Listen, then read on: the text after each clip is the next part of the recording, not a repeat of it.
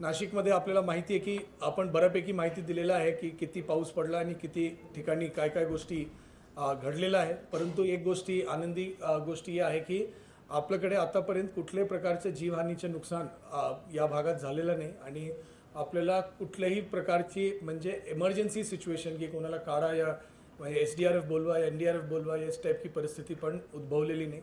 याच्यासाठी जो सगळे नागरिकांनी जो खबरदारी घेतली, जो वॉर्निंग्स प्रशासनाकडून शासनाकडून देण्यात आले होते, जो एक आज के डेटमध्ये AI मॉडेलच्या माध्यमातून एक्झॅक्ट क्लिअर आणि टाईम बेस्ड वॉर्निंग्स आज के डेटमध्ये आपल्याला मिळत आहे.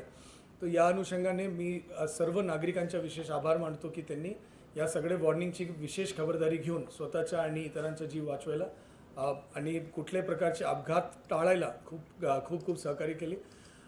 याच्यासोबत आता काही ठिकाणी पाणीचे स्तर कमी जात होत आहे, परंतु माझी सर्वांना विनंती आहे की आपण विशेष खबरदारी घ्या, स्थानिक प्रशासनाची विचारून घ्या. घरामध्ये जाण्यापूर्वी, दुकानामध्ये जाण्यापूर्वी आपण विचारल्याशिवाय त्या ठिकाणी जाऊ नका. दुसरी गोष्ट आहे की ज्यावेळी पाणीच्या खाली या पाणीमध्ये कुठले बिल्डिंग असतो त्याच्या स्ट्रक्चरल स्टेबिलिटी तपासल्याशिवाय त्याच्यामध्ये परत रहिवास करू नका, बिकॉज त्याला पडण्याची काय धोका असतो. पाणी पिताना त्याच्यामध्ये स्वच्छ म्हणजे बॉईल केल्यानंतर त्याचं फिल्टरिंग केल्यानंतरच पाणी पिया. क्लोरीन टॅबलेट्स ग्रामपंचायत असेल, नगरपालिका असेल या महानगरपालिका असेल, क्लोरीन टॅबलेट्स आणि स्वच्छताच्या विशेष पाणीची खबरदारी घ्या. डेंग्यू मलेरिया सारखा वेक्टरबोर्न डिसीजेस पसरू नये त्याच्यासाठी विशेष खबरदारी घ्या. साठाच्या अनुषंगाने या सगळ्या गोष्टीची सूचना संबंधित प्रशासनाला देण्यात आलेली आहे. सर्व नागरिकांना या ठिकाणी सूचना देण्यात येत आहे की याबद्दल आपण विशेष खबरदारी घ्या.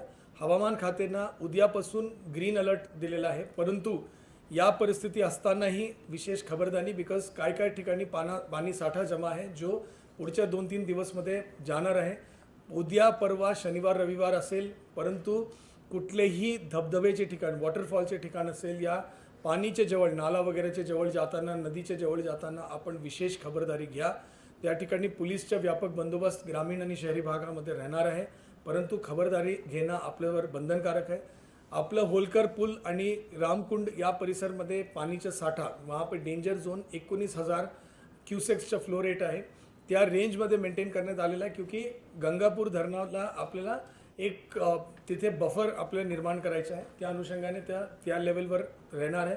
तो पुढच्या 2 दिवस त्या ठिकाणी जो रामकुंड व इतर परिसर आहे तो पूर्णतः बंदच राहणार आहे. कारण हे राहणार आहे की तिथे पाणीचा साठा राहणार, पाऊस थांबला तरी त्या ठिकाणी ते म्हणजे तिथे फ्लो रेट जो आहे ते जो म्हणजे रामकुंड वगैरे वापरण्यात येतो, यदि फ्लो रेट 5,000चं खाली असेल तर हे त्याच्यापेक्षा खूप जास्त राहणार. तो याबद्दल विशेष खबरदारी सगळ्यांनी घ्यावा आणि खबरदारी घेत राहावा, ही माझी सर्वांना सूचना आहे.